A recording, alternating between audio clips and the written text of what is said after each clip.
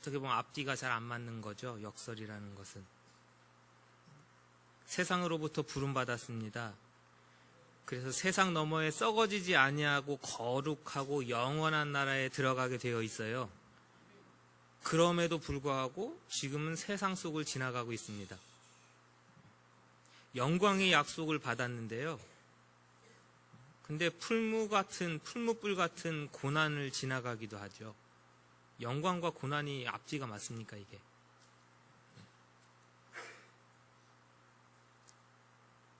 오늘 읽은 부분에서 볼 것처럼요, 교회는 이미 자유해요.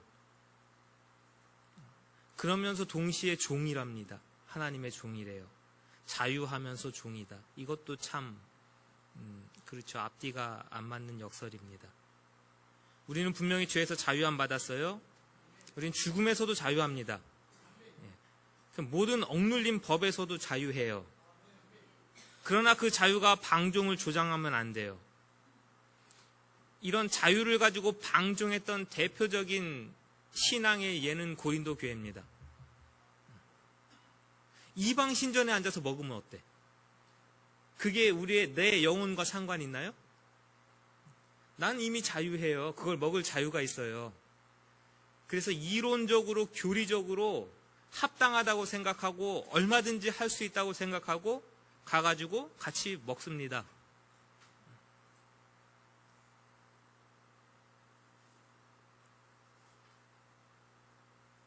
사도 바울이 야단을 치죠.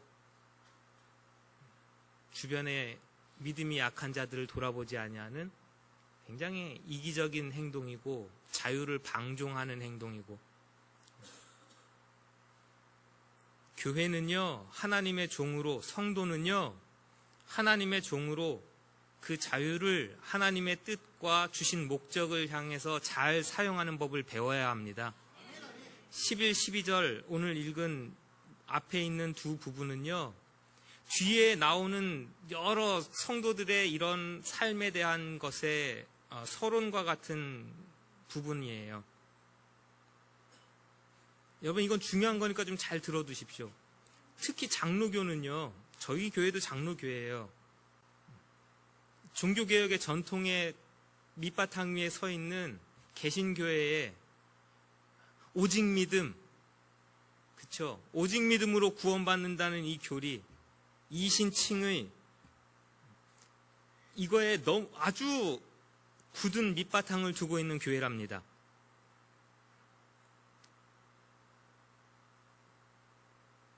거기서부터 오는 여러 논쟁들 중에 제일 중요한 것 하나가 삶의 문제예요. 그 삶에서의 행위의 문제라고요. 어디다 위치시킬 겁니까, 이걸? 하는 문제는 지속적인 주요 논쟁거리들이에요. 이 구원받는 것에 대해서 부정하는 사람이 누가 있어요? 믿음으로 구원받습니다. 이건 아멘 하셔도 되는 거, 이건 당연한 진리예요. 그리스도 예수의 십자가를 구속의 은혜를 믿는 자들은 구원받습니다. 영원한 천국을 상속받아요. 하나님의 자녀가 됩니다. 이건 무조건 아멘이에요. 이제 그 다음부터의 질문이에요. 그러면 우리의 삶은 무슨 의미가 있나요? 오늘 믿음으로 구원받았으면 저는 그냥 죽겠어요. 만약에 저거를 걸어놨어요. 표로 정의와 공의. 저게 무슨 의미가 있어요? 구원은 믿음으로 얻는데? 이런 문제들이 일어난 겁니다. 도대체 선을 행해야 할 필요와 이유가 없어요. 믿음으로 구원받기 때문에. 왜 우리가 착하게 살아야 돼요? 선하게 살고? 대답이 궁핍합니다. 오직 믿음인데 왜? 그러니까는 이제 조금 더 머리를 굴려보는 거죠. 왜 선을 행하면서 살아야 되는지 아십니까? 하나님 나라에 하나님께서 여러분 행하신 대로 어떻게 해주신다고요? 갚아주십니다.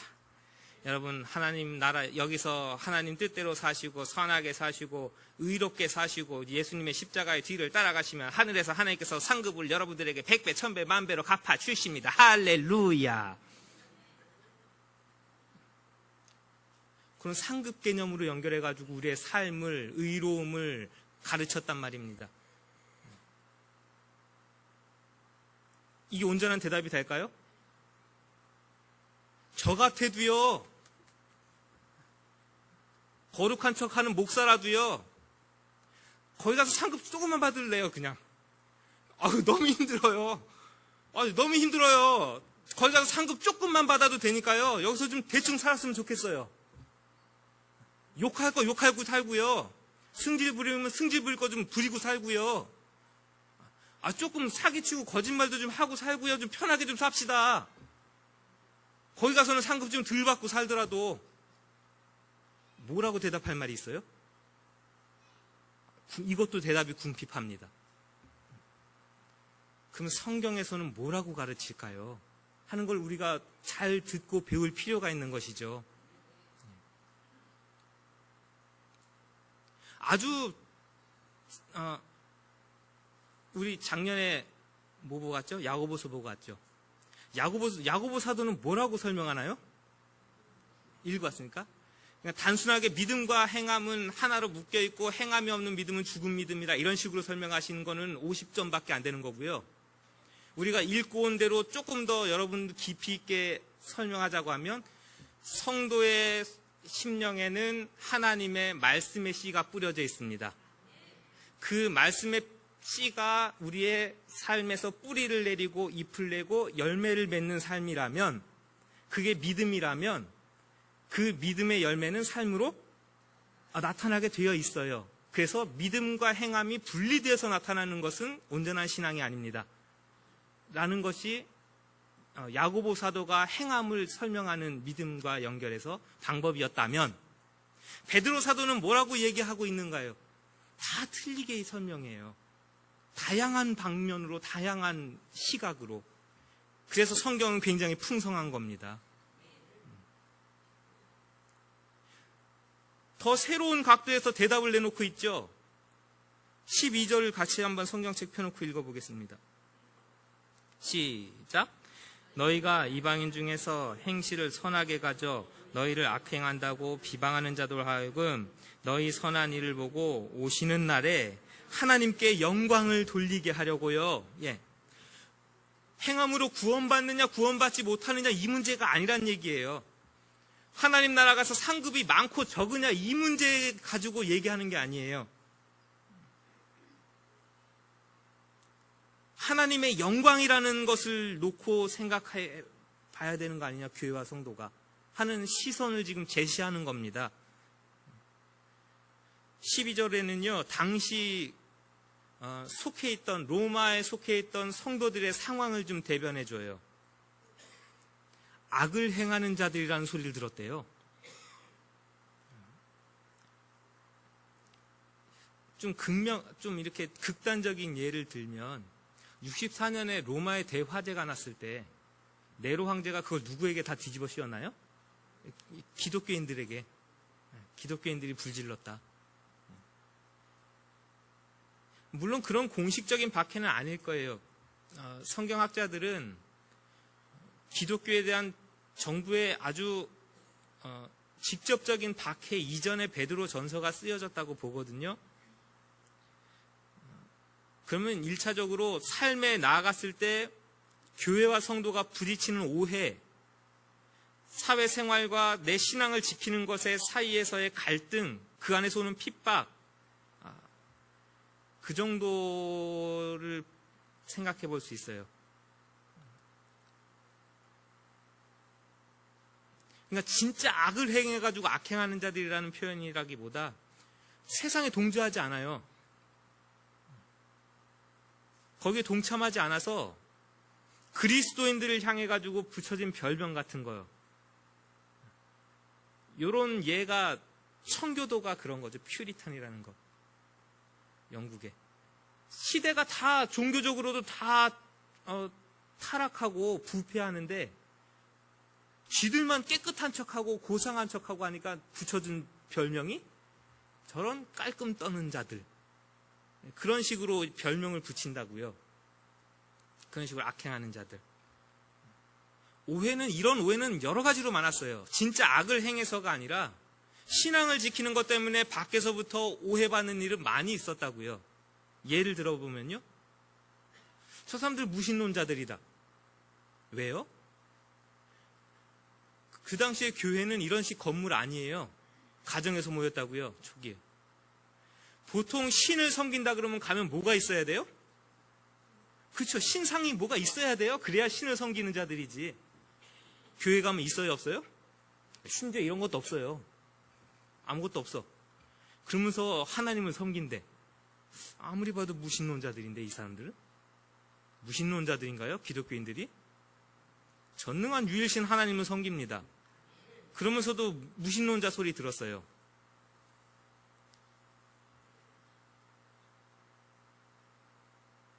식인종자들이래요. 자, 같이 식사하십시다. 모여요. 여기다 빵도 갖다 놓고 포도주도 갖다 놨는데 이상한 소리를 하기 시작합니다. 자, 다 떡을 하나씩 떼시고, 이것은 뭐예요? 아, 예수님의 살이니 우리 다 같이 받아 먹읍시다. 우리로 치면요, 그냥 점심 식사 시간이에요.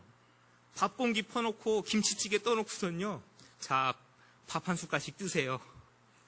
이것은 예수님의 살이니 자, 다 같이 먹읍시다. 하나, 둘, 셋 하고, 자, 김치찌개 한 숟갈씩 푸시고 김치도 얹으시고, 이 시뻘건 국물은 아, 예수님이 우리를 위해서 흘리신 피니 다 같이 우리 한 수저씩 하십시다. 처음 교회 온 사람들은요, 이 사람들 도대체 뭐 하는 사람들이야? 살과 피를 먹는데.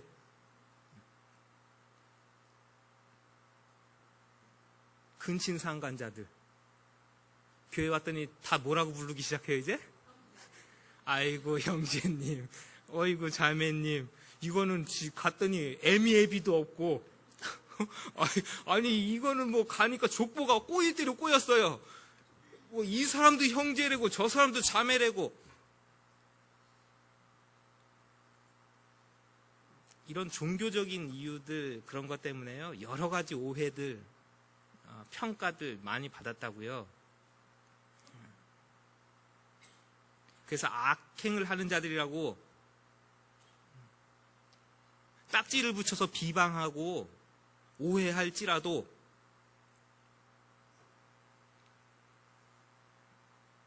교회는 어떤 방식으로 그것을 헤쳐나갈 것이냐 하는 거죠. 신앙의 내용 때문에 사회가 적대방을 유발해요. 그때마다 우리는 선한 일에 더 열심을 내야 된다고요. 예를 들면 이런 거예요. 지금 교회는 동성연애를 반대합니다. 그럼 세상은 뭐라고 욕할까요? 손가락질하고?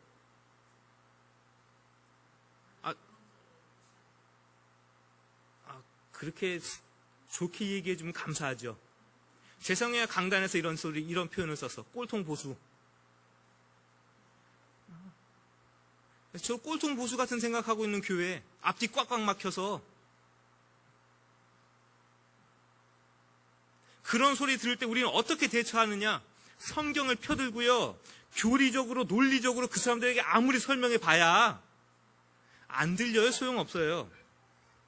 그러면 베드로 사도는 어떻게 하라고 그러는 거예요, 지금?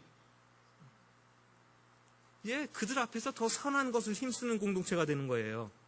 그걸 하나의 해법으로 제시하고 있는 겁니다.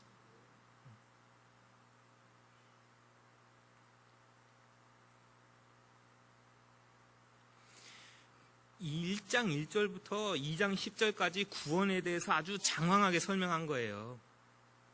교회에 대해서 삼위 하나님이 계획하시고 실행하시고 인도하시는 아주 감격적인 구원을 받은 공동체가 교회라고요. 그리고 세상을 향해서 왕과 같고 제사장과 같은 사명을 받은 공동체가 교회고 여러분인 줄 아시기 바랍니다. 그럼 교회에게 요구하는 이 행함이나 선함은 구원론적인 것에 관한 게 아니에요. 베드로전서에서는 선교적인 명령입니다. 우리가 나가서 선을 행하고 하나님 앞에서, 사람들 앞에서 하나님의 정의와 공의를 실현하기 시작하면 저 밖에 있는 사람들이 우리를 보고 하나님께 영광을 돌리는 거죠. 이것은 예수님이 하신 말씀하고도 완전히 똑같습니다. 이같이 너희 빛이 사람 앞에 비치게 하여 그들로 너희의 착한 행실을 보고 하늘에 계신 너희 아버지께 거기도 영광을 돌리게 하는 거죠. 하나님의 영광에 관심이 있어요. 저와 여러분들이 얼마나 빛을 내가지고 되게 깨끗한 사람으로 의로운 하나님의 백성으로 보이는 거에 관심이 있는 게 아니고, 그것으로 당신이 구원받았느냐 천국에 못 가느냐를 얘기하는 게 아니고, 더 하나님께 관심 있는 건 하나님의 영광이에요. 교회가 말도 안 되는 일을 벌이면서 예배당 안에 갇혀서 자기들끼리 찬송하고 기뻐하고 예배하는 것만으로 교회가 세워진 역할을 온전히 감당하는 게 아니라고요.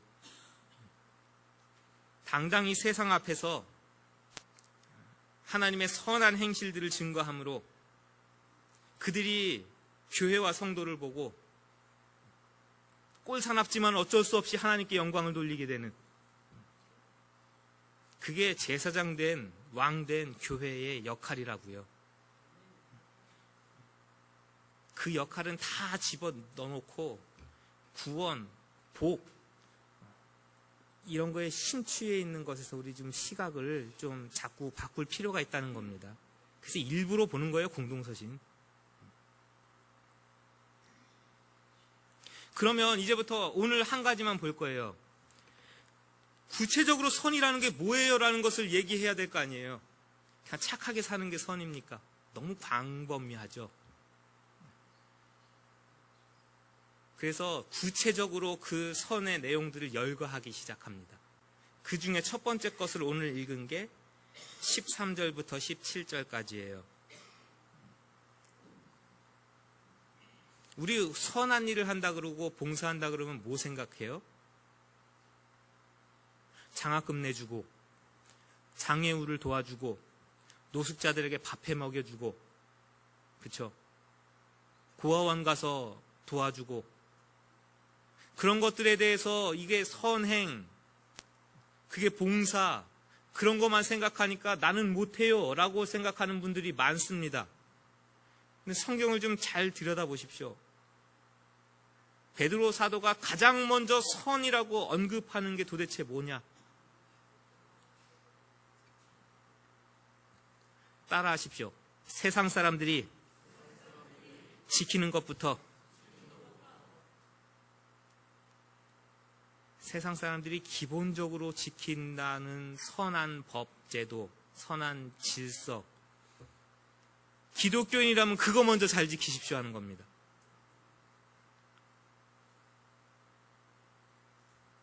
그게 이방 사람들로부터 교회가, 성도가 칭찬받는 길로 제시하는 거예요. 그러니까 교회와 성도는 세상이라는 운동장 안에 같이 뛰고 있는 거예요. 축구 경기를 봐요. 11명이 뛰기 시작합니다. 상대도 있고 우리 편도 있고. 거기에는 뭐가 있어요? 룰이 있어요. 법칙이 있어요. 축구는 어떻게 하는 게 룰이에요? 발로 차. 자, 여기서는 법칙이 이래요. 저기다 골을 넣으면 이겨요. 그런데 이 볼은 하나가 있고 이 볼은 손으로 건드리면 돼야 안 돼요? 교회가 이 사실을 잊으면 안 된다고요. 믿음으로 구원받는 거 맞아요. 그런데 내 삶의 자리에 가면요, 세상 사람들이 다 봐도 저건 불법이야. 아니 왜 축구하자 그러는데 손으로 들고 뛰어? 축구하자면요, 그래서 발로 차가지고 저기다 골 넣어야 되는데요, 도대체 이 사람들은 나는 예수 믿는 자유함이 있다고요, 갑자기 볼 들고 뛰기 시작합니다. 저쪽 골대로. 그리고 가가지고 냈다 집어 던져요. 그리고 골인 시켰다고 되게 좋아해요. 그리고 나는 구원을 향한 득점을 했대요. 그럼 세상 사람들이 뭐라 그럴까요? 아, 이건 뛰는 선수도 지켜보는 관중도 다 같이 이거는 경고예요.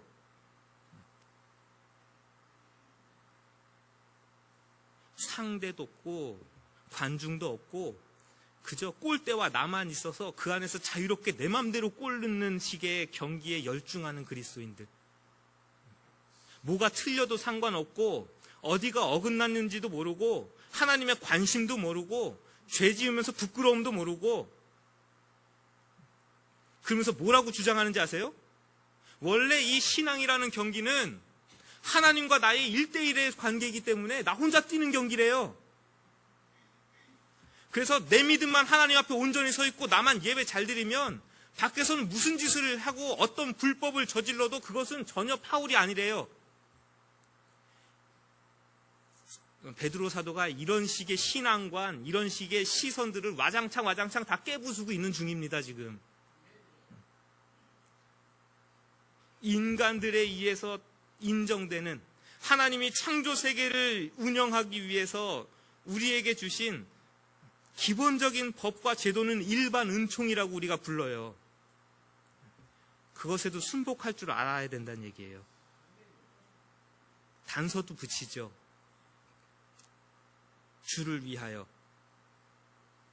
그리고 하나님께서 이 땅에 주신 제도의 속에 일반 은총으로 주신 선한 것의 역할은 뭐냐? 악행은 징벌하고 선행은 장려하는 것. 이게 14절이에요. 이런 규범 안에 있다면 순복하십시오.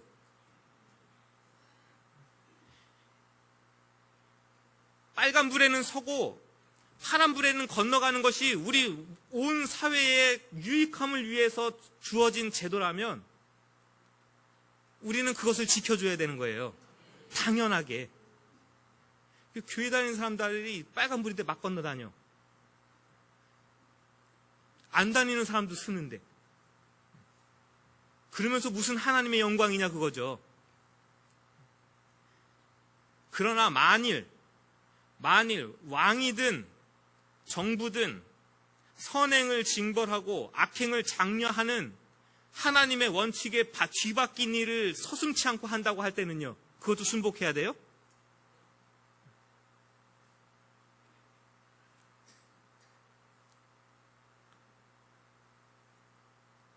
맹목적 순종이 아닙니다. 하나님의 영광을 위한 순종을 하라는 것이죠. 그러니까 우리는 그런 것들을 잘 분별하고 판단한 지식과 능력이 있어야 되는 거예요. 예, 말씀 안에서.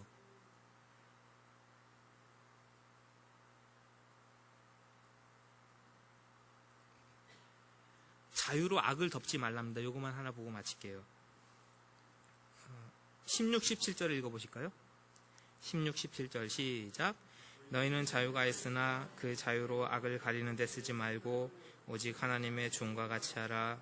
무사람을 공경하며 형제를 사랑하며 하나님을 두려워하며. 기본적인 것이죠. 자유 있어요. 그러나 그것으로 악을 덮는 데 쓰지 말래요.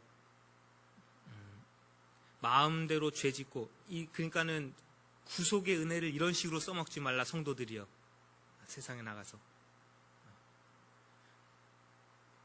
덮는 거죠. 죄 있음에도 그거를 하나님 예수님의 십자가의 은혜 덮어. 또 여기다 죄 지면. 이거를 없앨 생각은 안 하고요. 자꾸 덮는 거죠. 가리는 거. 그래서는 하나님의 영광이 나타나지 않습니다. 악한 것은요, 제거하는 거죠. 한 번 회개했으면 더 이상 회개할 것이 없다. 이건 이단들이에요, 구원파. 그거를 똑같이 우리가 하고 있다면 우리도 이단인 거예요. 똑같은 거지 뭐가 틀려요. 말만 다를 뿐이지 사실 행동은 똑같다면 우리는 그들을 향해서 이단이라고 손가락질하고, 한 번 회개했으니까 더 이상 회개할 것이 없으니 가서 무슨 짓을 하든지 당신은 구원이다, 이런 거면요, 우리는 말은 그거는 이단이다라고 얘기하면서 행동은 똑같은 거예요. 오늘 가서 죄 짓고 와서 콧물 흘리면서 나 울면서 회개했습니다. 나가가지고는요, 그것으로 내 죄를 덮은 양 생각하고 없어졌으면 또 가가지고 또 하고 있고, 이래서는 하나님의 영광이 드러나질 않는 겁니다.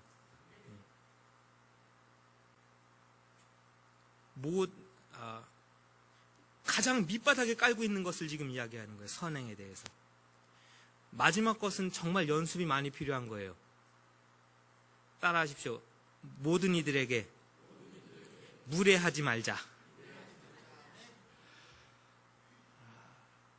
저한테는 제일 어려운 게 맨 마지막 요거예요. 저는 호불호가 분명한 사람들은 이거 되게 힘들어요.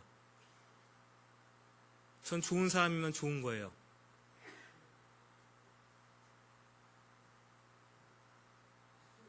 내가 싫은 사람 앞에서 무례하지 않고 존중해주는 태도를 취할 수 있는 건 연습이 너무 많이 필요해요. 저보다 여러분들이 훨씬 더 많이 이런 거에 걸릴 거예요. 이 기반 하에서 직장 생활도 있는 거고 이 기반 하에서 가정 생활도 있는 거라고요. 하나님의 영광을 위해서 우리 선을 행해요. 가장 기본적인 것을 우리는 지키면서 살아요. 죄는 덮으면서 가는 게 아니에요. 그리고 사람과 사람과의 관계 안에서는 서로 존중이에요. 이거는 하나님의 정의와 공의를 구하는 자들이 가장 밑바닥에다 깔고 가는 선의 기본 요건이랍니다. 왜 이런 것을 성도와 교회에게 주셨느냐? 마지막 심판 때를 대비한 거라고 얘기를 하는 게 재밌어요. 15절이죠. 어리석은 사람들의 무식한 말을 다 막으실 거다. 마지막 하나님의 심판대 앞에서 섰어요. 짠짠, 짜자자잔. 하나님의 심판대가 여기 있습니다. 자, 이제부터 나누겠습니다. 양 이쪽, 염소 이쪽. 양 당신들은 천국, 염소 당신들은 지옥. 이쪽에서 벌떼같이 들고 일어났습니다. 손 들고 난리가 났어요. 이쪽에서. 도대체 왜 우리는 염소고 왜 우리는 지옥이야? 왜 저 친구들은 양이고 왜 저 친구들은 천국이야? 왜? 믿음이 있었고 없었느니라. 왜? 저 사람들은 믿음이 있다고 하면서 어떻게 살았어요? 아니에요. 오늘 말씀 보면 저 사람들 믿음 있다 그러면서 엉망진창으로 사는 거 우리가 봤다고요. 우리는 믿음은 없었지만 법도 잘 지키고 사람들에게 인자하게 대하고 저 사람들보다 훨씬 잘했어요. 하나님이 어떻게 기준이 그래요? 하고 얘기하면 하나님께서 참 체면 땅에 떨어지네. 그런데 하나님께서 심판대 앞에서 이 사람들은 믿음이 있으면서도 당신들이 지키는 것보다 훨씬 더 의롭게 법도 지키고 사람들에게 훨씬 더 진실하게 대하고 그 죄악 때문에 가슴 아파하면서 그것을 치워버리기 위해서 얼마나 성화를 위해서 노력하면서 살았는지 알아? 할 말 있으면 해봐. 이 사람들의 그 입을 막으시겠대요. 무엇으로? 우리 성도들의 교회에 그렇죠. 선행과 의로움으로. 그러니까 하나님의 체면, 하나님의 영광을 높이는 아주 훌륭한 도구예요. 반면에 없어도 되지 뭐. 하나님의 체면을 땅바닥에다가. 그래서 우리는 하나님의 영광을 위하여 삽시다입니다. 하나님의 영광을 위하여 삽시다. 저와 여러분들의 모습을 보고 교회는 저런 사람들이고 성도는 저런 사람들이구나. 그것을 볼 수 있어야 되는 겁니다. 따라하십시오. 이제 정리하고 마칠게요. 내 주변의 사람들에게 존중함으로 대하자. 두 번째, 믿음의 사람들에게는 하나님의 사랑으로 대하자. 따라하십시오. 세상의 정부도 하나님이 세우신 것이다. 따라하십시오. 정당하다면 순복해야 한다. 부당하다면 바로 고쳐야 한다. 그게 교회의 사명이에요. 동성연애의 집회를 공식적으로 내주는데 입 꼭 닫고 있으면 안 되는 거예요. 안 되는 거예요. 호기심으로 갔다가 그런데 빠지는 사람들을 어떻게 책임질 거예요?